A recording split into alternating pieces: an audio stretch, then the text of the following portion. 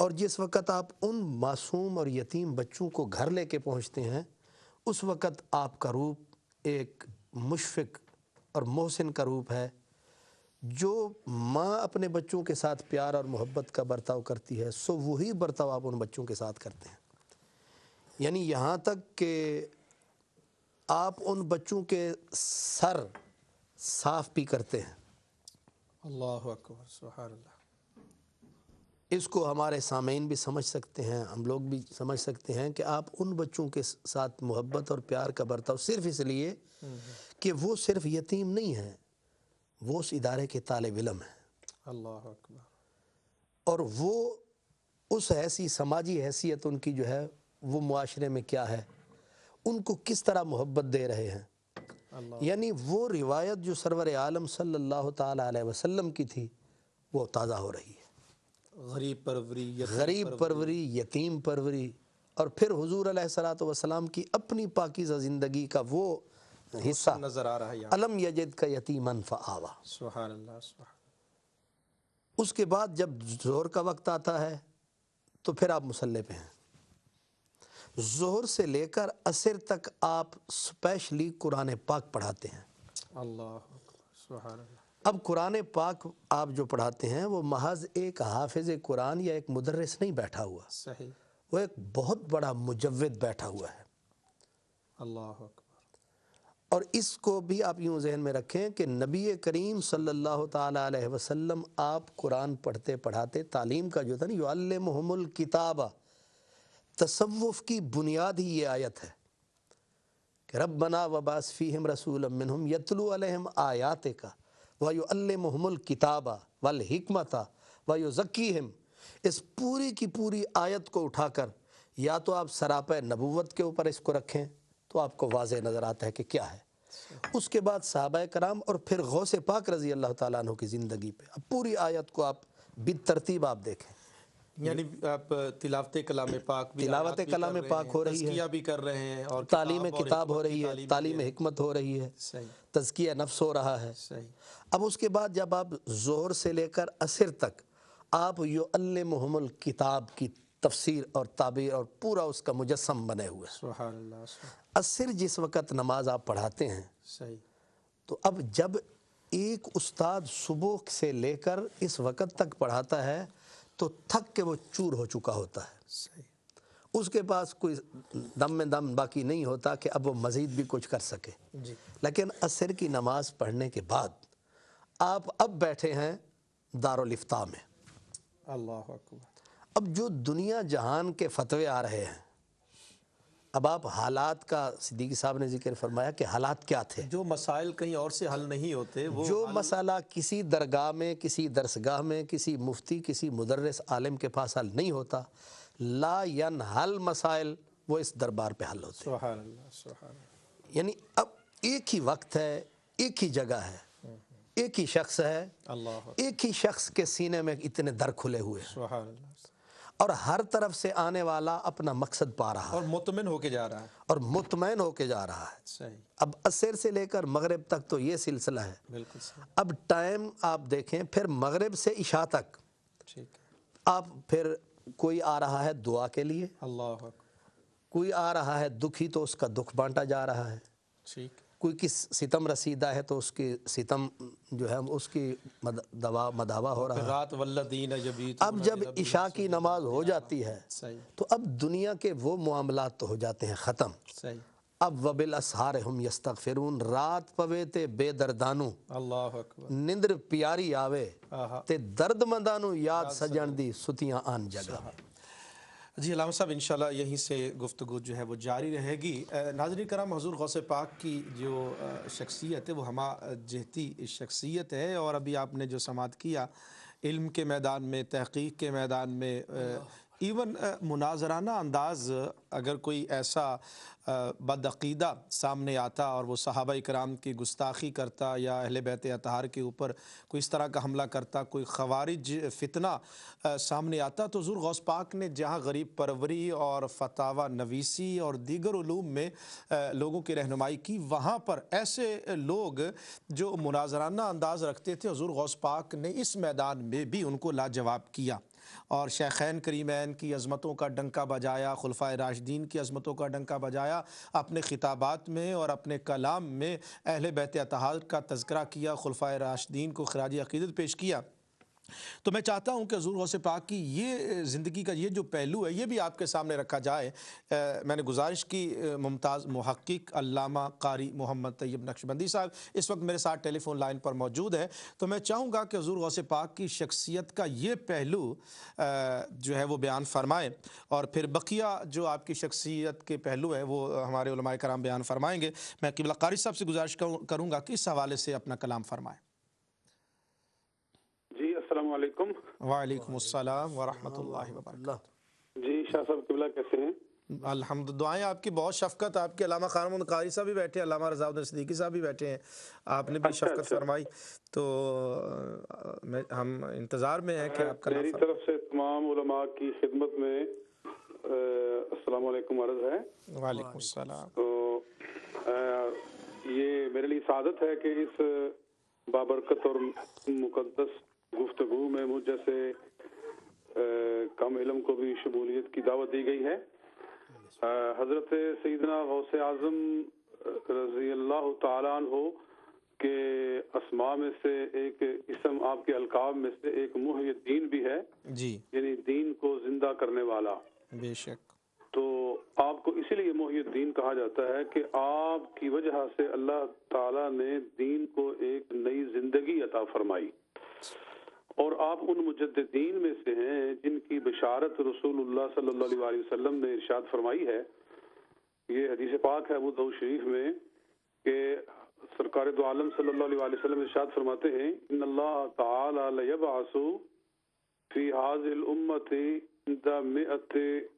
عند رأس كل 100 سنة من يجدد لها دینها، کہ اللہ تعالی اس امت میں ہر 100 سال کے بعد ایک ایسا شخص پیدا کرے گا جو اس امت کے لیے اس کے دین کو پھر سے زندہ کر دے گا، تازہ کر دے گا، نیا کر دے گا۔ جی تو سیدنا غوث اعظم رضی اللہ تعالیٰ عنہ انہی لوگوں میں سے ہیں جن سے اللہ تعالیٰ نے اپنے دین کے احیاء کا اور دین کی تجدید کا کام لیا، اور یہ سلسلہ ہے اللہ تعالیٰ کا۔ اس نے چونکہ اپنے دین کو قیامت تک زندہ رکھنا ہے، تو سرکار دو عالم صلی اللہ علیہ وسلم سے پہلے تو انبیاء آتے رہے اور انہوں نے دین کو زندہ رکھا اور انہوں نے لوگوں تک دین کو پہنچایا۔ اب چونکہ حضور خاتم النبیین صلی اللہ علیہ وسلم کے بعد کوئی نبی تو دنیا میں جلوہ گر نہیں ہوگا، تو وہ کام جو اللہ تعالیٰ پہلے زمانہ میں سرکار صلی اللہ علیہ وسلم سے پہلے انبیاء سے لیتا تھا، اس امت میں اللہ تعالیٰ وہ کام حضور صلی اللہ علیہ وسلم کی امت کے علماء سے لے رہا ہے، اور پھر ان میں سے خصوصی طور پر وہ مجددین ہیں جن سے اللہ تعالیٰ سب سے بڑھ کر دین کا کام لیتا ہے۔ یوں تو ہر عالم دین اپنی بساط کے مطابق دین کا کام کر ہی رہا ہے، اور اسی لیے ان کو ورثۃ الانبیاء کہا گیا ہے کہ علماء انبیاء کے وارث ہیں۔ تو وہ تو ہر عالم دین کو اللہ تعالیٰ اس کی خدمات کے مطابق اسے یہ مقام بخشتا ہی ہے، مگر جو مجددین ہوتے ہیں ان کا ایک خصوصی مقام ہوتا ہے کہ جن سے اللہ تعالیٰ اپنے دین کے احیاء کا بہت بڑا کام لیتا ہے، اور انہی میں سے حضرت سیدنا غوث اعظم محبوب سبحانی رحمت اللہ تعالیٰ علیہ ورضی اللہ تعالیٰ عنہ ہیں۔ آپ نے ہر باطل فرقے کو للکارا، جی اور یہ ایک مثال ہے صوفیاء کے لیے، مشائخ کے لیے۔ آج بڑی بڑی درگاہیں ہیں اور بڑے بڑے زیادہ نشین ہیں اور ان کے ہزاروں لاکھوں مرید ہیں، مگر دیکھا جائے کہ انہوں نے باطل فرقوں کی سرکوبی کے لیے کیا کام کیا ہے، اور جب دین کے اوپر کوئی مشکل وقت آیا ہے تو وہ میدان عمل میں کہاں تک نکلے ہیں، تو وہ ماحول ہمیں کوئی اتنا خوش کن نظر نہیں آتا۔ ہم سیدنا غوث اعظم رضی اللہ تعالیٰ عنہ کو دیکھتے ہیں کہ آپ نے تقریری انداز میں، تحریری انداز میں ہر باطل فرقے کو یعنی پکارا ہے اور اس کو للکارا ہے اور اس کا خوب رد کیا اور اس کی سرکوبی کی ہے۔ آپ کی کتاب غنیت الطالبین اٹھا کر دیکھ لیجئے، آپ نے فہرست ایک لمبی باطل فرقوں کی بیان کی ہے، ایک ایک کا نام لے کر اس کے غلط عقائد بیان کیے ہیں اور ان کا پھر رد لکھا ہے، چاہے وہ اہل تشیع میں سے ہوں اور یا وہ لوگ ہوں جو اپنے آپ کو کہتے تو سنی ہیں، اہل سنت میں سے سمجھتے ہیں، مگر ان کا رخ دوسرے لوگوں کی طرف ہے، یعنی شیعہ لوگوں کی طرف ہے۔ ان کو بھی آپ نے جو ہے بے نقاب کیا ہے اور ان کے عقائد بھی بیان کیے ہیں، اور آپ کا ارشاد ہے غنیت الطالبین کے اندر کہ حضرت سیدنا ابو بکر صدیق رضی اللہ تعالی عنہ تمام صحابہ کرام میں سے افضل ہیں، اور حضرت علی رضی اللہ تعالی عنہ کو افضل کہنا یہ اہل سنت کا نہیں، یہ اہل تشیع کا عقیدہ ہے، یہ آپ نے کھلے لفظوں میں فرمایا ہے۔ تو یہ ایک بہت بڑی ایک ہدایت کا یہ آپ نے مینار کھڑا کیا ہے کہ جو لوگ حضرت غوث پاک کی اولاد میں سے ہیں یا آپ کے ساتھ آپ کے سلسلہ نسبت کے سے وابستہ ہیں اور یا آپ کے ساتھ عقیدت و محبت رکھتے ہیں، ان لوگوں کو تو سب سے بڑھ کر حضرت غوث پاک رضی اللہ تعالی عنہ کے افکار کا علمبردار ہونا چاہیے، نہ یہ کہ وہ کھائیں تو ان کا صدقہ، ان کے نام کا صدقہ کھائیں اور نظریات ان کے غوث پاک رضی اللہ تعالیٰ عنہ کے خلاف ہوں، تو یہ کون سی وفاداری ہے؟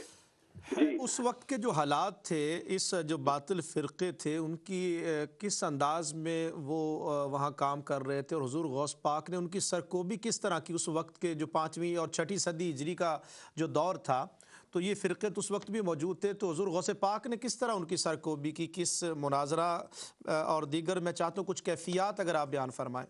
جی، آپ نے سب سے زیادہ تو آپ کا تبلیغی کام تھا، جی، اور آپ اتنے بہادر تھے کہ آپ باطل فرقوں کی محفلوں میں بھی جانے سے نہیں ڈرتے اور گھبراتے تھے، اچھا، یعنی جہاں باطل فرقے جو ہیں وہ اپنا بڑا اجتماع لگا کر بیٹھے ہیں، آپ وہاں بھی پہنچ جاتے تھے، ٹھیک ہے، اور فرماتے تھے کہ آؤ بات کرو میرے سے۔ صحیح۔ اور جب آپ کا نور چمکتا تھا، آفتاب غوثیت جب چمکتا تھا، تو پھر سب باطل اپنی جو ہے وہ دکانیں بند کر کے بھاگ جاتے تھے۔ اللہ تعالیٰ نے آپ کو وہ جرأت اور بہادری عطا فرمائی تھی، اور پھر آپ کو مداہنت بالکل پسند نہیں تھی، جس کے بارے میں آپ کو پتہ چلتا تھا کہ فلاں عالم دین نے حق گوئی میں جو ہے اس نے پہلو تہی سے کام لیا ہے اور جواب کھل کر نہیں دیا ہے، صاف طور پر نہیں دیا ہے، تو آپ اس کی سرزنش کرتے تھے، اس سے ناراض ہوتے تھے، اور اس کو احساس دلاتے تھے کہ تجھے جس طرح حق کھول کر بیان کرنا چاہیے تھا، تو نے کیوں نہیں کیا ہے؟ چنانچہ امام ابن جوزی رحمۃ اللہ تعالی علیہ آپ کے زمانہ میں تھے، آپ کے شہر میں تھے، ہم اثر تھے، ایک مرتبہ وہ واز کر رہے تھے کہ وہاں وہ لوگ آ گئے کہ جو حضرت علی رضی اللہ تعالیٰ عنہ کو افضل مانتے ہیں تمام صحابہ کرام سے، تو ان کے ہاتھ میں تلواریں تھیں، انہوں نے کہا کہ اے ابن جوزی بتاؤ ابو بکر افضل ہے کہ علی افضل ہے؟ تو اس وقت حضرت علامہ ابن جوزی رحمۃ اللہ تعالی علیہ گھبرا گئے، اور انہوں نے اس گھبراہٹ کے اندر بھی جواب بڑا عالمانہ انداز میں دیا اور کہا کہ الافضل من کانت بنتہ تحتہ، افضل وہ ہے کہ جس کے پاس اس کی بیٹی ہے، جس کے پاس ان کی بیٹی ہے۔ تو اس کے دونوں معنی بن سکتے ہیں کہ صدیق اکبر افضل ہیں کہ ان کی بیٹی حضور صلی اللہ علیہ وآلہ وسلم کے پاس ہے، یا حضرت علی افضل ہیں کہ ان کے پاس رسول پاک صلی اللہ علیہ وآلہ وسلم کی بیٹی ہے، یعنی انہوں نے کہا الافضل من کانت بنتہ تحتہ۔ تو اس سے وہ لوگ بھی خوش ہو گئے، اور جو دوسرے اہل سنت آپ کے پاس بیٹھے ہوئے تھے وہ لوگ بھی خوش ہو گئے، دونوں نے سمجھا کہ انہوں نے ہمارے حق میں فیصلہ کیا ہے۔ حضرت غوث پاک رضی اللہ تعالیٰ عنہ کو جب یہ معلوم ہوا تو آپ نے امام ابن جوزی کو بلا کر ان کی سرزنش کی، آپ نے فرمایا کہ تو نے جان کے ڈر سے اپنے کلمہ حق کو گول مول انداز میں پیش کر دیا ہے، یہ تیرے علم کا تقاضا تھا، تجھے ڈٹ کر کہنا چاہیے تھا کہ ان الافضل هو ابو بکر الصدیق رضی اللہ تعالیٰ عنہ۔ صحیح۔ تو امام ابن جوزی نے معذرت کی اور کہا کہ آئندہ اگر ایسا ہوا تو میں ایسا ہی کروں گا۔ صحیح۔ تو یہ آپ کا انداز تھا اعلاء کلمۃ الحق کا۔ آپ سے حق بیانی آپ نے فرمائی۔ جی ہاں جی مزید کوئی ارشاد فرمانا چاہیں؟ بس جی میں حاضری لگوانا چاہتا تھا، گھر میں مہمان کافی جمع ہیں، اللہ تعالیٰ میں ان سے ٹائم لے کر تھوڑا سا ایک الگ کمرے میں بیٹھا ہوں۔ عمل میں برکتیں، بہت شکریہ ٹائم دینے کا، بڑی نوازش جناب۔ جی ناظرین کرام، ابھی آپ خصوصی پروگرام دیکھ رہے ہیں۔ حضور غوث پاک رضی اللہ تعالیٰ عنہ، ربیع الثانی کا مہینہ ہے آپ کے وصال مبارک کا، اس حوالے سے تکبیر ٹی وی نے یہ پروگرام تشکیل دیا ہے۔ اس سے پہلے علامہ خان محمد قادری صاحب سے ہم گفتگو کر رہے تھے، میں پھر چلتا ہوں علامہ صاحب کی طرف بھی اور علامہ رضا الدین صدیقی صاحب کی طرف بھی۔ تو آپ حضور غوث پاک کا جو ٹائم ٹیبل ہے پوری دن کا، تو آپ رات کو جو ان کی کیفیات تھی وہ آپ بیان کر رہے تھے، تو ان کی جو واعظ کی جو تاثیر کا پیدا ہونا، وہ جو اندر جو درد تھا، جو جذبہ تھا، رات کو جو آہ سارگائی تھی، جو شب زندہ داری تھی، وہ اثرات تھے جو دن کو آپ کلام فرماتے تھے؟ بسم اللہ الرحمن الرحیم۔ اصل اگر ہم پیچھے پلٹ کر دیکھیں، نبی کریم صلی اللہ تعالیٰ علیہ وسلم یا پھر انبیاء کرام کی زندگی کو بھی دیکھیں جی، تو ان کے سینوں میں درد اور ہمدردی، یہ دونوں چیزیں اکٹھی ملتی ہیں ہمیں۔ حضرت سیدنا جنید بغدادی کا آپ تذکرہ صدیقی صاحب فرما رہے تھے، جی تو حضرت سیدنا جنید بغدادی اپنے وقت کے جتنا بڑے وہ ولی تھے اتنا بڑے وہ خطیب بھی تھے۔ ٹھیک، سیم وہی کیفیت جو حضرت غوث پاک کے ہاں ہمیں نظر آتی ہے، وہی کیفیت حضرت جنید بغدادی کے خطابات میں نظر آتی ہے۔ ٹھیک، اور درد کی کیفیت یہ ہے، وہ حضرت میاں صاحب کا شعر ہے کہ سخن بھلا جو درداں بھریا، بن درداں کچھ نہیں، اللہ اکبر، نڑاں کماداں فرق رودا، کیا کانے کیا کاہیں۔ اور کیا کہنے۔ آج آپ کو خطیب نظر آتے ہیں، بڑے بڑے علامہ علماء نظر آتے وہ ہیں، جو شعر ہے نا، میں چاہتا ہوں کہ اس کی تھوڑی شرح بھی کر دیں، میں شرح ساتھ ساتھ کرتا ہوں۔ جی یہ بے دردی جو ہے نا، جی، اس نے ہمارے خطیبوں کی اصل جو اندر روح اور جان تھی وہ ختم کر دی ہے۔ ٹھیک، علماء نے کہا کہ مسجدیں مرثیہ خواہ ہیں صحیح، کہ نمازی نہ رہے، ٹھیک، یعنی وہ صاحب اوصاف حجازی نہ رہے، ٹھیک، رہ گئی رسم اذاں روح بل، روح بلالی نہ رہی، صحیح، فلسفہ رہ گیا تلقین غزالی نہ رہی، صحیح، اور واعظ قوم کی وہ پختہ خیالی نہ رہی، اللہ برق طبی نہ رہی شعلہ مکالی نہ رہی۔ نہ رہے، اب وہ برق طبی جو تھی وہ بھی ختم ہو گئی، صحیح، شعلہ مکالی بھی ختم ہو گئی، ٹھیک، وہ درد سے سینہ خالی ہو گیا۔ مرزا غالب کا بڑا اچھا شعر ہے، وہ کہتے ہیں کہ درد سے مرتا ہوں کہ اتنا نہیں دنیا میں کوئی کہ کرے تعزیت مہر و وفا میرے بعد، اللہ، آئے ہے بے کسی عشق پہ رونا غالب، کس کے گھر جائے گا طوفان بلا میرے بعد۔ اللہ اکبر، اب تو صورتحال یہ ہے کہ نہ خطابات ہیں، نہ خطبے ہیں، اور نہ خطبوں کے اندر وہ درد ہے۔ صحیح، غوث پاک رضی اللہ تعالیٰ عنہ جب خطبہ دیتے تھے تو ایک تو خطبے کے اندر شعلہ مکالی، برق طبی اور درد کی کیفیت یہ ہوتی تھی کہ لوگ نیم بسمل ہو کے تڑپتے تھے، ایک قیامت برپا ہوتی تھی، سبحان اور کئی کئی جنازے اٹھتے تھے، اللہ، اور درجنوں لوگ جو تھے ان کی آہ و بکا ہوتی تھی، اور آنکھوں سے یہاں تک ہے کہ بھی وہ آنسو کی بجائے خون کے قطرات گرنے شروع ہو جاتے ہیں۔ اللہ، تو یہ اس آدمی کے سینے میں جو درد ہے، اور اس درد کو جب وہ تقسیم کرتا ہے تو وہ ان سننے والوں کو بھی سراپا درد بنا دیتا ہے۔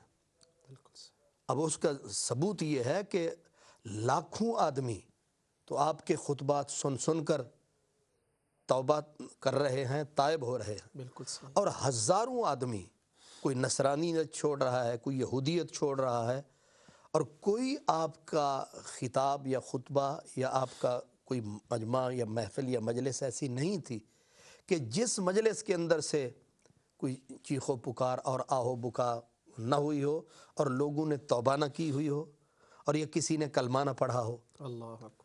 تو اب اس درد کی طرف جو اشارہ ہے وہ میں نے حضرت میاں محمد بخش رحمۃ اللہ علیہ کا جو شعر میں نے عرض کیا تھا کہ وہ کہتے ہیں سخن بھلا جو درداں بھریا بن درداں کچھ نہیں اللہ نڑاں کماداں فرق رودا واہ واہ. کیا کانے کیا کاہیں خطبے تو اب بھی ہوتے ہیں خطیب اب بھی ہیں. کماد اور کانے کی بظاہر شکل جو ہے وہ اسی طرح، لیکن اس کے جو مٹھاس کا فرق ہے. اصل میں کماد اور کانے کو آپ دیکھیں تو وہ شکل دونوں کی ایک ہے. صحیح. وہ اقبال کی طرح کہ جی. الفاظ و معانی میں کوئی فرق نہیں لیکن ملا کی اذاں اور ہے مجاہد کی اذاں اور. تو سیم کیفیت یہ ہے کہ ایک نڑ جو ہے نا شکل اس کی بھی وہی ہے، کماد کی شکل بھی وہی ہے، لیکن اصل فرق ان میں کیا ہے؟ ان میں فرق رس کا ہے، رو کا ہے، اس مٹھاس کا ہے. صحیح. اب ہماری جو خطبے ہیں ان میں رس نہیں ہے. ٹھیک. دوسرے لفظوں میں کہیں کہ چس نہیں ہے، خشک ہے. خشک ہیں. تو یہ نیری خشکی بھی دین میں نہیں ہے. صحیح. اسی لیے کہ ادعو الی سبیل ربک بالحکمت والموعظۃ الحسنہ صحیح. وجادلہم باللتی ہے احسن. بالکل صحیح. نرا کوئی آدمی ڈنڈا اٹھا کے بھی کسی کو مسلمان نہیں کر سکتا. حکمت ضروری ہے. حکمت ضروری ہے اور حکمت کے اندر ہمدردی ضروری ہے. کہ اس بندے کو میں نے جہنم سے نکالنا جنت ہے، کی طرف لے درد جانا. ضروری ہے. صحیح. اب وہ درد کیا ہے؟ لعلک کا باخع نفسک اللہ. اللہ یکون مؤمنین. صحیح. اب وہ درد یہی ہے کہ سرکار دو عالم کو اللہ تعالیٰ فرما رہا ہے کہ آپ تو ان بے ایمانوں اور کافروں کے درد میں اتنا گھلے جا رہے ہیں کہ آپ اپنی جان دینے پر تلے ہوئے ہیں. صحیح. تو کون کسی کے لیے اپنی جان دیتا؟ صحیح فرما رہے ہیں. آپ کے جو خطابات ہیں تجدیدی کارنامے، آپ میرے ساتھ میرے خیال میں اس اعتبار سے متفق ہوں گے کہ آپ کا جو خطبہ تھا وہ بھی ایک تجدید، یعنی پہلے جو خطابات ہو رہے تھے اب یہاں 70,000 کا مجمع اکٹھا کرنا یہ کوئی معمولی کام تو نہیں تھا. یا لازمی بات ہے کہ خانقاہیں اس سطح کے جو ہے وہ مواد اور فکر نہ دے سکی ہوں، لیکن حضور غوث پاک کے جو خطابات ہیں وہ 70,000 کا مجمع ہے. آپ خطاب فرما رہے ہیں. گفتار اور کردار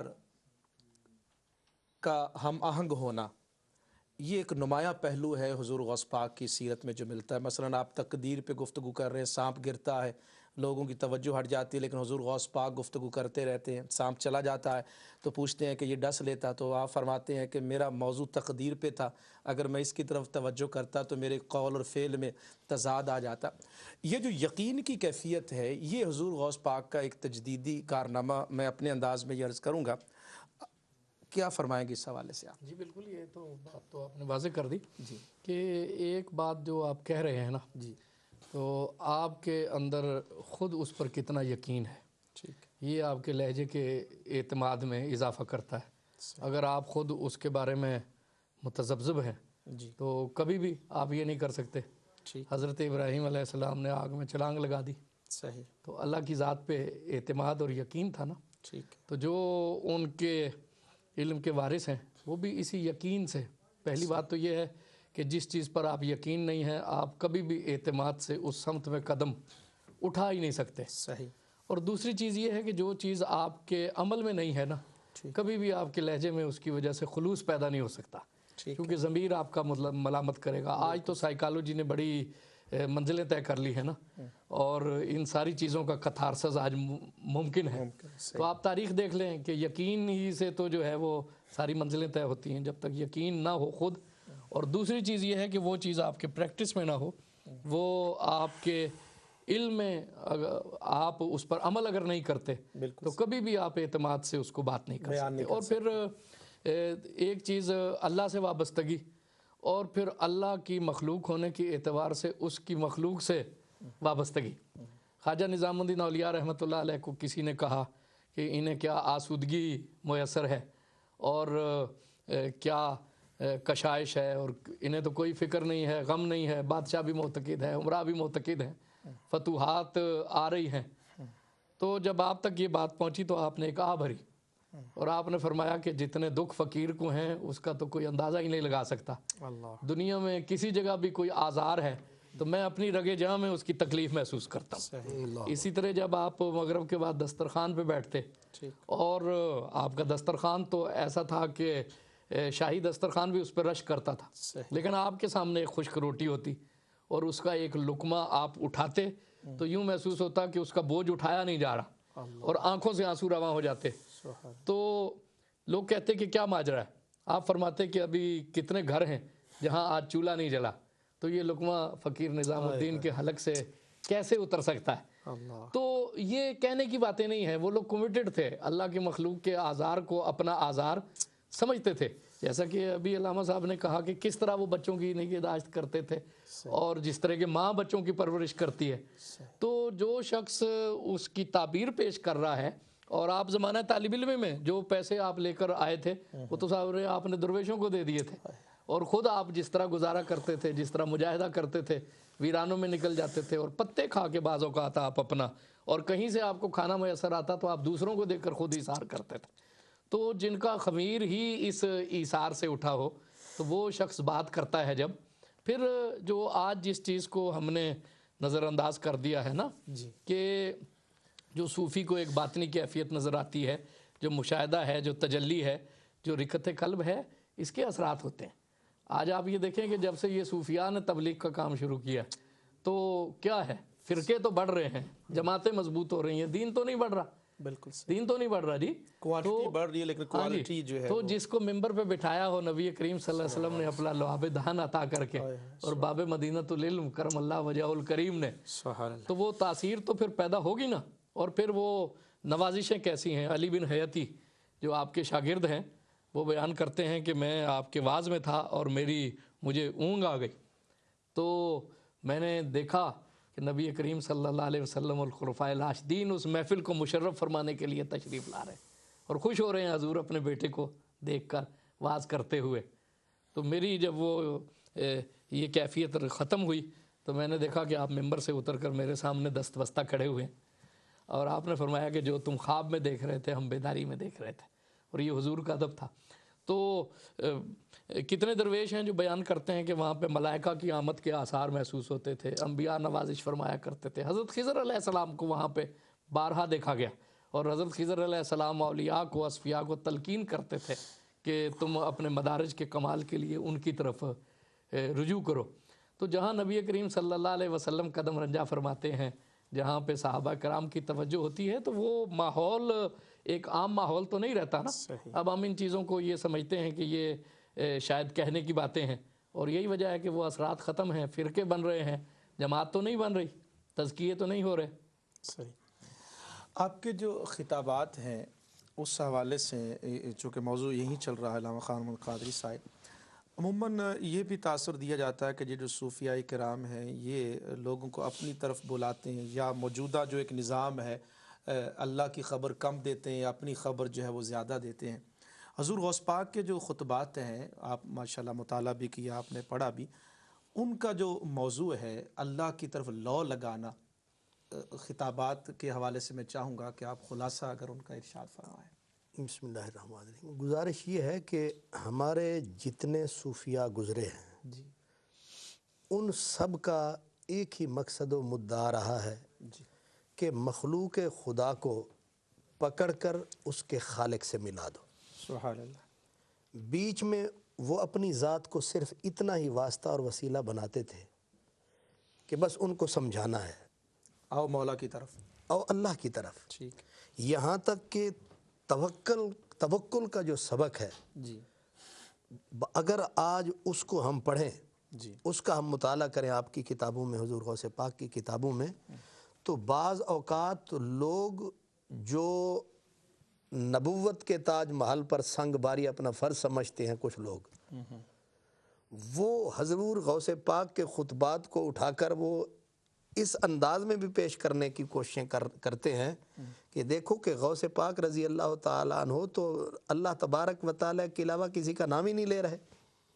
کہ اسی کی ذات پہ توکل کرو، اسی کی ذات کے اوپر بھروسہ کرو، وہی تمہارا مرکز ہے، وہی تمہارا محور ہے۔ ٹھیک ہے۔ تو میں یہ سمجھتا ہوں کہ جو آج لوگ نبی کریم صلی اللہ علیہ وسلم کی ذات کے توسل یا وسیلے کو نہیں مانتے، بعض اوقات وہ اپنی کم علمی کی وجہ سے یا اپنے جہل مرکب کی وجہ سے حضور غوث پاک رضی اللہ تعالیٰ عنہ کے وہ خطبات جو آپ نے توحید کے اوپر یا بندگان خدا کو اللہ تبارک و تعالیٰ کی طرف متوجہ کرنے کے لیے دیے ہیں، اور ہر خطبے کے اندر وہی ذات مرکز ہوتی تھی، اور الحمدللہ وہی ذات مرکز ہے۔ تو حضور غوث پاک رضی اللہ تعالیٰ عنہ باقی رہا کہ خطبات جو ہیں ان کے اندر جان جو تھی، جس طرح صدیق صاحب نے فرمایا، آپ نے بھی فرمایا، اس کی وجہ وہی تھی، ایک سینے میں کرب تھا، ایک سینے میں درد تھا۔ اب یوں سمجھیں کہ سینے میں بھٹیاں سلگتی تھی، شعلے تھے، انگارے تھے، اور ہمہ وقت رات ہو یا دن ایک ہی تخیل تھا۔ اب وہ جو آپ کا شعر ہے کہ کل ولین لہو قدم وانی علی قدم النبی بدل الکمالی، سبحان اللہ۔ اس کا مطلب صرف یہ نہیں ہے کہ حضور علیہ السلام کے میں کمالات کا محض عکس ہوں، اس کا مطلب یہ بھی ہے کہ جس طرح میرے نانا اس امت کے انسانیت کے دکھ میں طائف کا سفر کیا، تو میں انہی کا عکس ہوں، میں اسی طرح اس دکھ میں جل رہا ہوں، صحیح، میں وہی احساس میرے اندر ہے، اسی احساس کے ساتھ میں لوگوں کو سمجھا رہا ہوں۔ اور اسی احساس کا یہ کمال تھا کہ اب ہمارے ہاں تنظیمیں مختلف ہیں، مثلا درس گاہ ایک علیحدہ سسٹم ہے، خانقاہ علیحدہ ہے، چیریٹی سسٹم علیحدہ ہے، بھوکھوں کے لیے روٹی دینے والا سسٹم علیحدہ چل رہا ہے۔ لیکن غوث پاک رضی اللہ تعالیٰ عنہ کا کارنامہ یہ ہے کہ جیسے ایک ہی سینے سے یہ دریا اور چشمے رواں تھے، اسی طرح ایک ہی در سے یہ سارے کام ہوتے تھے۔ سبحان اللہ۔ تعلیم کا کام بھی اسی خانقاہ اور درسگاہ میں ہوتا تھا۔ بھوکی مخلوق، رات کو آپ اپنا بادمی کھڑے کر دیتے تھے مدرسے کے دروازے پہ کہ صدا دو، کوئی بھوکا ہے تو یہاں آئے، اس کے لیے کھانا موجود ہے، پیاسے کے لیے پانی موجود ہے، یہاں تک کہ اگر کسی کو کوئی رہنے کے لیے کوئی جگہ نہیں ہے تو عبد القادر جیلانی کا یہ آستانہ موجود ہے۔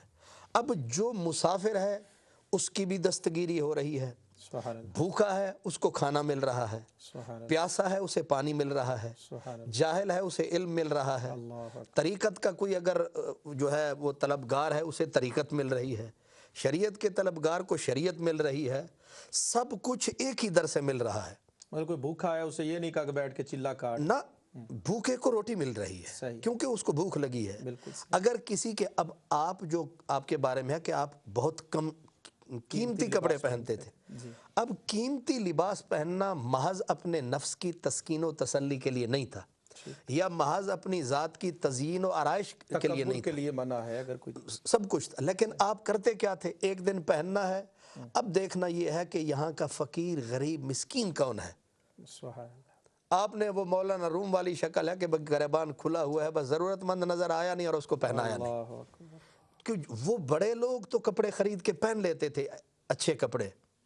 وہی کیفیت جو حضرت خواجہ نظام الدین اولیاء کے ہاں حضرت بیان فرما رہے ہیں کہ آپ کے ہاں ساتھ ساتھ کھانے پکے ہوئے ہیں تاکہ یہ غریب لوگ جن کو کھانا کبھی ملا جن کو کھانا ملے ہی نہیں، تو ان کے بھی تو لذت کام و دہن کے لیے یہ کچھ ہونا چاہیے۔ ہم اپنی تن پروری کے لیے کرتے ہیں اور وہ لوگ جو تھے وہ غربا کے لیے کرتے تھے۔ اب حضور غوث پاک رضی اللہ تعالیٰ عنہ ادھر مخلوق کی تن پروری کر رہے ہیں، اپنی من پروری ہو رہی ہے۔ اللہ اکبر۔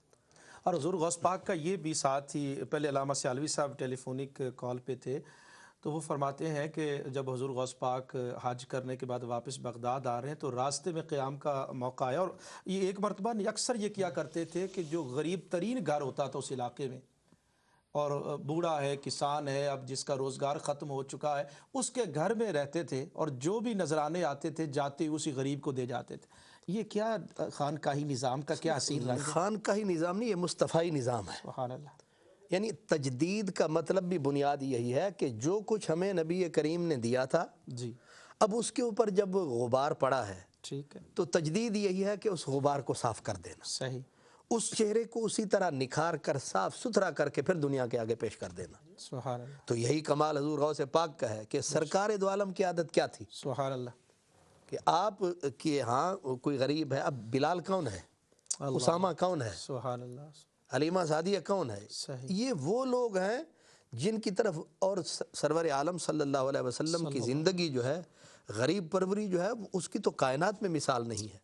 غوث پاک رضی اللہ تعالیٰ عنہ کا کمال یہی رہا ہے۔ اللہ، اب ابھی آپ بھی ذکر فرما رہے تھے کہ بادشاہ ہیں تو ان کے ساتھ آپ جلال ہی جلال میں ہیں، اور غریب آ گئی ہے تو جمال ہی جمال ہے۔ اب غریب کے لیے اتنی آپ مٹ جاتے ہیں بالکل پرشکستہ چڑیا کی طرح سمٹ قہاری جاتے و غفاری و قدوسی و جباروت. بس یہاں وہ جو ہے وہ قہاری اور جباری نہیں رہتی، یہاں غفاری اور قدوسی آ جاتی ہے. صحیح. یہاں بخشش ہی بخشش ہے، یہاں جمال ہی جمال ہے. سبحان. اب جو لوگ اس معاشرے کے گھسے پٹے لوگ ہوتے تھے، وہ یہ سمجھتے تھے کہ ہمارا سب سے بڑا جو ہے وہ دکھ درد بانٹنے والا وہ یہ فرد ہے. یہاں تک کہ آپ اندازہ فرمائیں کہ اگر اس علاقے میں گورنر کسی ظالم آدمی کو لگا دیا جاتا ہے صحیح. تو اب ایک عالم کہے گا کہ بھئی میں کوئی سیاسی آدمی ہوں بالکل صحیح. کہ میں حکومت وقت سے ٹکر لوں. پیر کہتا ہے کہ میاں مجھ سے تو اللہ اور رسول کی بات کوئی سنانی ہے، دم کروانا ہے تو وہ کروا لو. لیکن آپ اپنے خطبے کے اوپر بیٹھ کر جس وقت آپ بجلی کڑکتی ہے تو صدا دیتے ہیں کہ بادشاہ تو کل اس ارحم الراحمین کو کیا جواب دے گا کہ تو نے ایک اظلم الظالمین کو اللہ کی ایک مخلوق پہ مسلط کر دیا. جابر حکمران کے سامنے کلمہ حق بیان اور کیا. کلمہ حق کی شکل دیکھیں صحیح. کہ لفظ الفاظ دیکھیں، میں بڑی جان ہے اور یعنی الفاظ بول رہے ہیں، الفاظ کا ٹانکا ٹھاکا بول رہا ہے. کیا فرما رہے ہیں کہ تو اس ارحم الراحمین کو کیا جواب دے گا کہ تو نے ایک اظلم الظالمین کو ان کے اوپر مسلط کر دیا ہے. مخلوق خدا کی آپ زبان بن جاتے تھے، اللہ. مخلوق خدا کی آپ زبان بن جاتے تھے. اور مخلوق آپ کے ساتھ مخلوق جو پیار کرتی تھی اس کا تو ثبوت یہی ہے کہ آپ کو مدرسے چھینک آتی ہے تو ایک جو ہے وہ یرحمک اللہ کی ایک صدا جو ہے وہ آتی ہے، اور پھر حاکم وقت کہتا ہے کہ اصل حکمرانی تو شیخ عبد القادر کی ہے کہ جن کے یہاں چھینک پر یہ صدائیں بلند ہو رہی ہیں. علامہ صدیقی صاحب، علامہ خان محمد قادری صاحب کی گفتگو اور حضور غوث پاک کی سیرت سے شیخ اور مرشد اور پیر طریقت بننا تو بہت مشکل ہے، لیکن آج کل کے دور میں تو بڑا آسان ہے. کیا فرمائیں؟ یہ تو ہے کہ شہادت گاہ الفت میں قدم رکھنا ہے. مطلب لوگ شیخ آسان طریقت کی سمجھتے اتنی ہیں. ذمہ داریاں ہیں، اتنی مسلمان محنت ہونا. ہے، مجاہدہ ہے، تو آج تو بڑا آسان ہے. دیکھیں نا، آپ کسی کے دین ایمان کے نگہدار بن رہے ہیں، ذمہ دار ہو رہے ہیں. صحیح. آپ پرسش احوال اس کا جو ہوگا جی، اس کی تربیت کر کے اسے آپ نے اللہ کی بارگاہ میں پیش کرنا ہے. بالکل. تو یہ کوئی معمولی کام تو نہیں ہے نا، یہ کوئی نذرانے وصول کرنے کا نظام تو نہیں ہے. یہ تو دلوں کو معرفت ربانی سے آگاہ کرنے کا نظام ہے، تصفیہ اخلاق کرنا ہے، تزکیہ قلوب کرنا ہے. تو یہ تو کار پیغمبری کا ورثہ ہے نا. بالکل. یہ کوئی معمولی کام تو نہیں ہے، تو یہ کوئی رسم بھی نہیں ہے جی. بالکل. اور یہی وجہ ہے کہ آپ دیکھیں کہ تصوف کے آج خواجہ نظام الدین اولیاء رحمۃ اللہ علیہ نے اس سلسلے کو ذرا وسیع کیا کہ کم از کم اتنا تو ہونا کہ لوگوں کو نسبت حاصل ہو جائے اور وہ ایک سلسلے سے منسلک ہو جائیں. ورنہ یہ کوئی ایک فخر اور انبساط کا مقام تو نہیں ہے. اور صوفیات اسے ایک درویش بیعت کثرت سے کرتے تھے، تو وہ کہتے تھے کہ میں اس لیے مخلوق کے ہاتھ پکڑ لیتا ہوں کہ کوئی بخشا ہوا ہاتھ میرے ہاتھ میں آ جائے گا اور اللہ اس کے صدقے میں مجھے بھی بخش دے گا. اللہ. تو وہ تو نفی کرنے والے لوگ ہیں. تو یہ تو ایک کوئی آسان کام تو نہیں ہے. یہ تو اللہ کی معرفت کا راستہ ہے، حقیقت کی شناسائی کا ایک راستہ ہے. یہ کوئی جلوے زر کی دکان تو نہیں ہے. نبی کریم صلی اللہ علیہ وسلم جیسے کہ علامہ صاحب نے کہا کہ سنت کو تازہ کرنا ہے. بالکل. تو حضور کا طریقہ مبارکہ کیا ہے؟ جو بھی ہدیہ آیا آپ نے دے دیا ہے. صحیح. اور شام کو اگر کوئی چیز آپ کے کاشانہ مقدس میں رہ گئی ہے تو آپ تو بستر استراحت پہ دراز ہی نہیں ہو سکتے. تو صوفیاء اکرام نے بھی یہی کیا ہے. بابا نور خان کہتے تھے کہ مخلوق کی طرف سے آتا ہے اور مخلوق کے لیے آتا ہے، جمع کرنے کے لیے نہیں آتا. صحیح. حضرت خواجہ نظام الدین اولیاء رحمۃ اللہ علیہ جب جمعے کے لیے جایا کرتے تھے تو لنگر خانے میں جو کہ روزمرہ کے کھانے کے لیے چیزیں پڑی ہوتی تھی، وہ بھی جیسا کہ عرض کی کہ مخلوق ہی کھاتی تھی. آپ تو ایک لقمہ بمشکل لیتے تھے. صحیح. تو اس میں بھی آپ جمعے کی نماز سے جانے سے پہلے جھاڑو پھروایا کرتے تھے. اللہ اکبر. اور پھر جب آپ کا وقت وصال آیا تو آپ نے خواجہ اقبال کو کہا کہ سب کچھ تقسیم کرو، اور لوگوں سے کہا کہ گواہ رہنا کہ اگر کوئی چیز میرے بعد لنگر میں رہ گئی نا تو پھر یہ ذمہ دار ہوگا. اللہ. تو اس طرح وہ تو اللہ رب العزت کے حضور میں پیش بلکہ ہوتے کہا تھے. آؤ اور لوٹ لو. ٹوٹ لو جی. تو آؤ اور لوٹ بلکہ لو. آپ نے فرمایا کہ آؤ اور کھول دو دروازے، اللہ. لوگوں کو جو کچھ پڑا اٹھا کے لے جاؤ. اللہ اکبر. بلکہ وہ تو کہتے ہیں کہ صوفی کی جو علامات ہیں ان میں سے ایک یہ ہے کہ صوفی کی کوئی ملکیت نہیں ہوتی. صوفی کسی چیز کو اپنی ملکیت نہیں سمجھتا. اور اس کے پاس جو بھی ہے وہ اللہ کی مخلوق کا ساجا ہے۔ تو یہ کام کوئی آسان کام تو نہیں ہے، کسی کا ہاتھ پکڑنا اور اسے منزل شوق تک پہنچانا۔ اسی کے ساتھ متصل کرتا ہوں، آپ کے جو خطبات ہیں فتح الغیب اور دیگر جو آپ کی جو تصانیف ہیں، علامہ صاحب نے جیسے توحید کا بیان، توکل کا بیان، ریاکاری پہ آپ نے بڑا ضرب کاری جو ہے وہ لگائی ہے، اس حوالے سے میں یہ اس زمانے کے جو حالات تھے، خاص طور پہ جیسا کہ میں نے پہلے ذکر کیا کہ ایک بڑا تفاخر سمجھا جاتا تھا مناصب کو، جیسا کہ ابتدا میں نے مدرسہ نظامیہ کی جو صدر مدرسی تھی اس پر جو جھگڑے ہوتے تھے، اور پھر علماء جو دربار میں جایا کرتے تھے اور اس پہ ایک تفاخر کیا کرتے تھے۔ تو توحید پہ جو آپ نے کثرت سے زور دیا ہے، ایک بڑے خوبصورت پہلو کی طرف علامہ صاحب نے اشارہ کیا۔ اصل میں آج دیکھیں نا کہ ہم لوگ تحقیق تو کرتے کوئی نہیں، بات کو ہم جزیات سے لیتے ہیں۔ حضرت سیدنا شیخ عبد القادر جیلانی کا آپ زمانہ دیکھیں نا، تو اس وقت توحید کا مسئلہ لفظوں کا گورکھ دندہ بنا کے پیش کر دیا گیا تھا۔ ذات و صفات کا مسئلہ کیا ہے، تقدیر کا مسئلہ کیا ہے جی، اور یوں محسوس ہوتا تھا کہ اللہ کی ذات سے وابستگی جو ہے یہ کوئی لفظوں کا گورکھ دندہ ہے۔ تو اس وقت آپ رابعہ بصریہ سے لے کے جنید بغدادی تک اور شیخ عبد القادر جیلانی تک جتنے بھی لوگ دیکھتے ہیں وہ اللہ سے محبت کی بات کرتے ہیں، خوف کی بات کرتے ہیں، تب بات کرتے ہیں کہ وابستگی اختیار کرنی چاہیے۔ توحید کوئی خالی وہ لفظوں کا مسئلہ نہیں ہے، اور فلسفے کی یلغار کی وجہ سے چونکہ یہ ایک کج بیسی، خشک بیسی جو ہے وہ دھر آئی تھی، تو اس لیے کثرت سے، اور آپ کے تو جو اب آپ نے وصال فرمایا تو جو آخری الفاظ آپ کی زبان مبارک پر تھے وہ تھے توحید توحید توحید، اور جی ہاں، اور جس پہلو کو ایک نیگیٹو پہلو میں لیا جاتا ہے، اس وقت یہ دیکھیں کہ کفر نے مختلف مواقع پہ ہر پہلو سے مسلمانوں میں یلغار کی۔ اس وقت فلسفہ یونان کی ایک یلغار کا زمانہ تھا، جسے امام غزالی سے لے کے جناب شیخ تک نے جس کو روک دیا، اور جناب رسالت مآب صلی اللہ علیہ وسلم کی ذات پہ تو یہ حملے اس وقت اس طرح شروع ہی نہیں ہوئے تھے۔ ابن تیمیہ جنہوں نے پہلے یہ ناگوار بحثوں کو رائج کرنا شروع کیا، وہ بھی جناب شیخ عبد القادر جیلانی سے بعد میں ہیں۔ تو جب یہ بحثیں، اور شیخ عبد الحق محدث دہلوی جو 10ویں صدی کے ہیں، ان کی ایک بڑی معنی خیز عبارت کی طرف میں متوجہ کروں گا کہ انہوں نے کہا کہ ہزارہا مسئلے میں اس امت پہ اختلاف ہے، حضور کے حاضر ناظر ہونے میں اس امت پہ کوئی اختلاف نہیں ہے۔ حیات جاویداں ڈاکٹر پیر محمد حسن رحمۃ اللہ علیہ کی کتاب ہے، جس میں انہوں نے کہا کہ میں بڑا حیران ہوا ہوں کہ امت کس طرف جا رہی ہے، جبکہ حیات انبیاء کا مسئلہ، استمداد کا مسئلہ، حضور کے تصرفات کا مسئلہ، یہ اس پہ تو امت کا اجماع رہا ہے، اس پہ تو امت کا کبھی اختلاف رہا ہی نہیں، اور انہوں نے دلائل سے ثابت کیا ہے۔ تو اس زمانے میں یہ مخلوق اس طرح ابھر کے سامنے بھی نہیں آئی ہوئی تھی، تو جو لوگ حملے کر رہے تھے اس کا دفاع جناب شیخ عبد القادر جیلانی رحمۃ اللہ علیہ نے کیا۔ تو یہ جو ایک ظاہر کا ایک اقتدار تھا، اس سے پھر جو ایک جلب زر کی کیفیت پیدا ہوئی، ریاکاری کی کیفیت پیدا ہوئی، یہ تفاخر کی کیفیت پیدا ہوئی۔ تو آپ کے خطبات میں تو دیکھیں تو آپ نے وقت کے علماء کو جس طرح جھنجھوڑا ہے اور جس طرح آپ نے ان کو کری کری سنائی ہے، ان لوگوں سے بات کرنا بھی یہ کوئی آسان کام نہیں تھا۔ میں نے جیسے کہ ایک اشارہ کیا کہ آپ حنابلہ اس وقت یہ تصوف کو اور ان رجحانات کو پسند نہیں کرتے تھے، تو سیدنا شیخ عبد القادر جیلانی کا حنبلی ہونا یہ صوفیاء میں اور حنابلہ میں اتفاق کا ایک بہت بڑا ذریعہ ثابت ہو گیا۔ اور تو یہ جو ظاہر کی کج بیسیاں تھیں، اس میں آپ نے ان کی آنکھوں میں آنکھیں ڈال کی بات کی، اور اپنی حلاوت قلبی سے آپ نے ماحول کو ایک کیفیت باطنی عطا فرمائی اور ایک نسل پیدا کی۔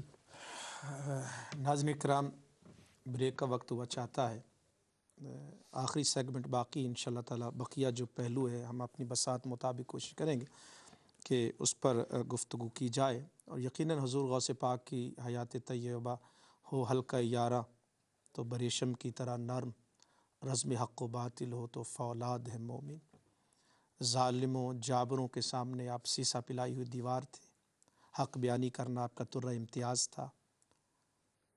جو ممبر تھا، جو میرے آقا صلی اللہ علیہ وآلہ وسلم کی حقیقی جو وراثت ہے، میرے آقا صلی اللہ علیہ وآلہ وسلم کی، اس ممبر کو آپ نے رشد و ہدایت کے لیے یوں استعمال کیا کہ لوگوں کے دلوں میں ایک توحید کی شمع روشن کی، اور فقط جیسے علامہ صدیقی صاحب اور علامہ قادری صاحب نے کہا کہ صرف الفاظ کی حد تک نہیں تھا، بلکہ ان کے کردار میں، ان کے عمل میں اللہ تعالیٰ سے ایک لو تھی۔ وہ وڈیروں کے آگے نہیں جھکتے تھے، فقط رب العالمین کے آگے جھکتے تھے۔ یہ ایک سجدہ جسے تو گراں سمجھتا ہے، ہزار سجدوں سے دیتا ہے آدمی کو نجات۔ یہ فکر، یہ سوچ، یہ جذبہ حضور غوث پاک نے پیدا کر دیا تھا۔ اور میں علامہ صدیقی صاحب کی یہ جو گفتگو یعنی انہوں نے آغاز میں فرمائی کہ علم دوستی کی اتنی بڑی تحریک آپ نے برپا کر دی کہ خاتون اپنے خاوند سے کہتی ہے کہ میرا حق مہر جو ہے وہ یہی ہے کہ تم جا کر مدرسہ قادریہ اور حضور غوث پاک کا جو مدرسہ ہے اس مدرسے کی تعمیر میں شریک ہو جاؤ۔ کتنی بڑی تحریک ہے۔ آج ہم ادارے بنانے میں کتنے مخلص ہیں۔ 11ویں شریف جو آج ہم لنگر کھاتے ہیں اور باعث برکت، باعث رحمت ہے، اس کو کس انداز میں آج کے دور میں ہم ایک تحریک کی صورت دے کر اس سے عملی اور غریب پروری اور یتیم پروری اور تن پروری کا جو نظام ہے، اس سے ہم کس طرح سے جو ہے وہ فائدہ اٹھا سکتے، اس پر سوچنا ہے، غور کرنا ہے۔ ہمارے دو میں سمجھتا ہوں کہ اہل سنت کے صاحب درد بزرگ اور عالم دین موجود ہیں، انشاءاللہ تعالیٰ ان سے رہنمائی لیں گے۔ بریک لیتے ہیں اور بریک کے بعد انشاءاللہ تعالیٰ آپ ہمارے ساتھ رہیے گا، سلسلہ کلام جاری رہے گا۔